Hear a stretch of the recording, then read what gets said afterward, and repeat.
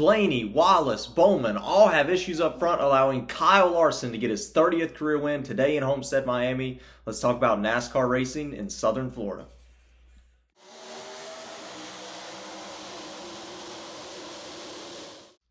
Hello everybody, welcome to Dirty Air. I'm your host Alex Lambert, and let's talk about NASCAR in Homestead, Miami, one of fan favorite racetracks now. This was an incredible race all day long.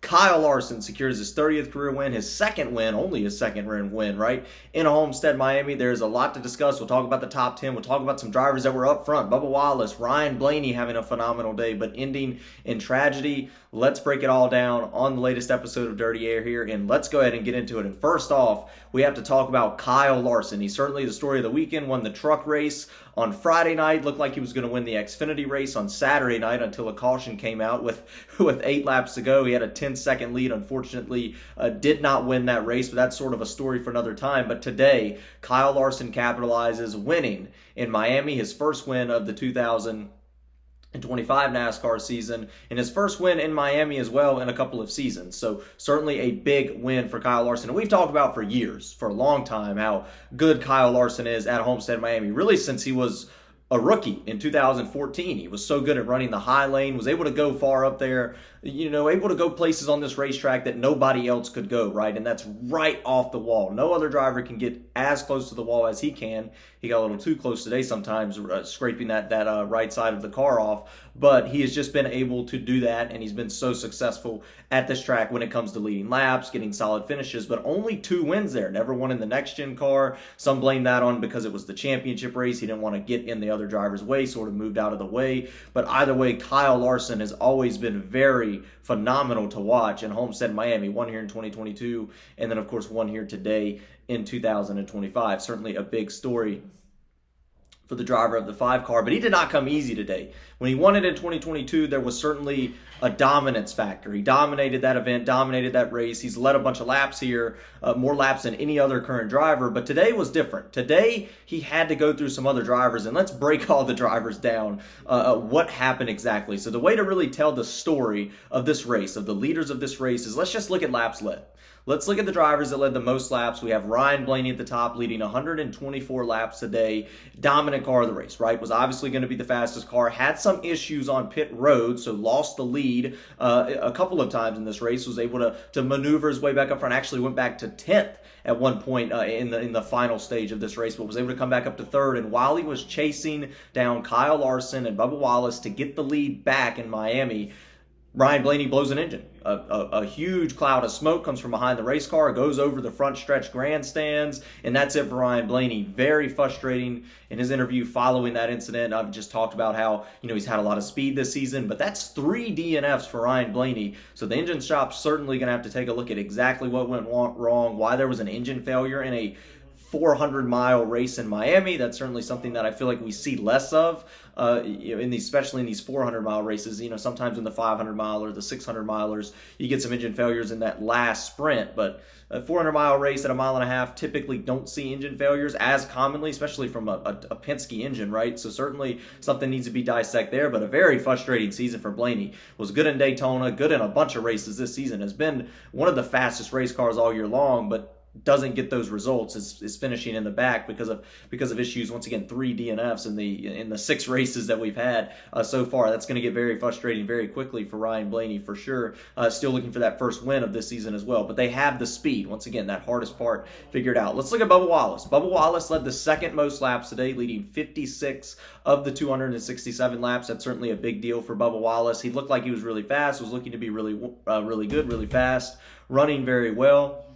Bubba Wallace was doing a great job leading this race, trying to get the win, but just didn't have the fastest race car, didn't have the fastest line around the racetrack, and ultimately it was going to be Alex Bowman getting by him in the late stages of the race. It looked like at that point Alex Bowman had a fantastic shot at winning the race and going on to get his first win since Chicago in 2024 last year at the Chicago Street Race. His first mile-and-a-half win, a regular oval racetrack win since Las Vegas early in 2022. Been a while for Bowman since he won at an oval racetrack in this next gen era. Only one of those races he's won. But Alex Bowman, after the Wallace incident, after Wallace was not able to capitalize, get the win, a very fast day for Wallace, I want to mention, but after he was not able to get the win, lost the lead to Bowman. It looks like Bowman's going to be able to have a shot to go get this win, but then there it is. The blue Hendricks.com number 5 car flying through the field. Kyle Larson, wall riding around the racetrack, putting together some extremely fast lap times, is coming and putting the pressure on Bowman. 6 laps to go.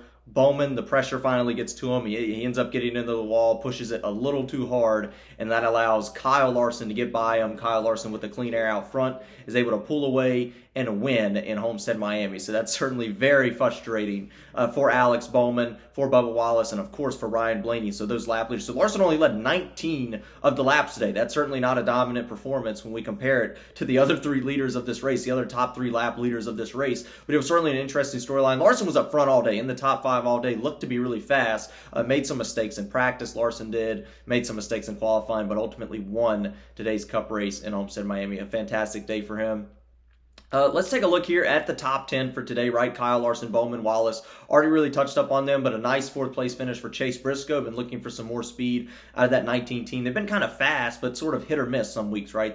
They've had some issues on pit road. They've had some other issues on the racetrack. It looked like they finally cleaned some of that stuff up today, which is certainly a good sight for James Small and the 19 Toyota team for Chase Briscoe. We'll see where this goes moving forward. A nice 4th place finish today from Miami. Denny Hamlin, nice 5th place finish. New sponsor on board, Progressive. It was a solid day for Denny Hamlin. Looked like he was about a 5th place car all day long, top 3 race car at times. Didn't really see him get up front, didn't really lead a lot of laps today, but certainly a solid day for Denny Hamlin, who has sort of lacked a little bit of speed so far this season. Haven't seen him like we did at the beginning of last year, where he was leading laps, winning a bunch of races. Haven't seen that yet from Denny Hamlin in the first 6 races of the year, but a nice top 5 day for him for sure. Once again, like I said, he was 5th, 3rd, top 3, top 5 all day long in this Miami race.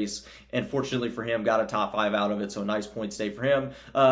Buescher, nice day for Chris Buescher. Nice 6th place finish from Chris Buescher, the 17 Ford. He's been running way better than his teammate Brad Keselowski has so far this season. That's certainly going to be something we want to continue to watch moving forward this season. But a nice 6th place finish for the driver, the 17. AJ Allmendinger, a nice 7th place finish today for him, finishing in the 7th position. One of the best ovals for him on the racing schedule. AJ Allmendinger, a lot of top 5s or a lot of top 10s in his career in Homestead, Miami. A nice 7th place finish. Allmendinger typically gets good finishes here. I think they were talking about on Fox Sports, out of all drivers with 5 or more starts in Miami, AJ Allmendinger now has the best average finish, which is certainly an interesting statistic to look at. Tyler Reddick with a nice 8th place finish. A little disappointed in Reddick, after winning last year in October here in Miami. You expected him to be up front, contending for wins. Same thing a week ago in Las Vegas, but not really up front, not really in that top 3 or in that top 5 or leading laps or looking like one of the guys that can win the race. A solid points day, right? 8th place is not anything to be, super down over, but for his standards, I thought he was going to be a little bit better today. Certainly was not a nice top 10, but not a top 3 day, not a chance to win the race really for the 45 car. Ryan Preece, I think that's another good run, another top 10 for the 60 car. Nice 9th place finish, take that. And then Justin Haley in the Spire Motorsports number 7, another top 10 for him. And he's been doing very well in his career. Maybe not this season in getting top 10s, but you can go back to 2023. 2022 even, last year, 2025 in the next gen era. He's been able to take equipment that probably should not be in the top 10 and get nice runs with it and finish in the top 10. I think that's very impressive. Don't want to overshadow Justin Haley finishing in the top 10 again in that number 7 Chevrolet. Certainly something to watch for the rest of this season. I do want to mention a few drivers that we thought were going to have solid days or have had at least somewhat of a good season to this point. Christopher Bell spins midway through this race, comes sliding down on the front straightaway. Was a disastrous day for him. Never really recovered from that. I'm not sure if there was some sort of internal damage from this incident, but just really didn't see anything out of Christopher Bell all weekend long. That's certainly disappointing. Saw him win 3 in a row. Terrible week last week in Vegas. Terrible week today in Miami. We'll see if he can get things back on track. Going to the short track of Martinsville next week, a track that he has won at in the past. Certainly interesting there. Another a group of drivers that had a disastrous day as well were the Trackhouse teams. It's Shane Van Gisbergen not running very well. You saw issues out of Ross Chastain not running very well for him either. And then Daniel Suarez, once again, just didn't really see a lot of speed out of him after a second place finish last week in Vegas. Expected a little bit more from him today at another mile-and-a-half racetrack. Certainly disappointing for the Trackhouse group.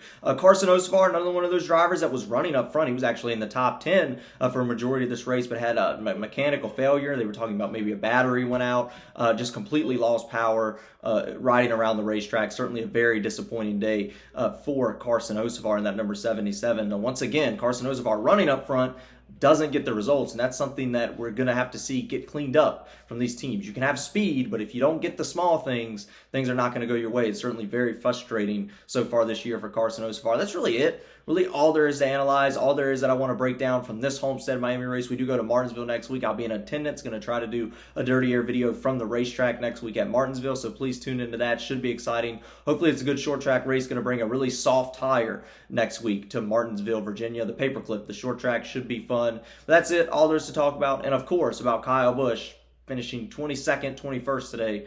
Let's get rowdy.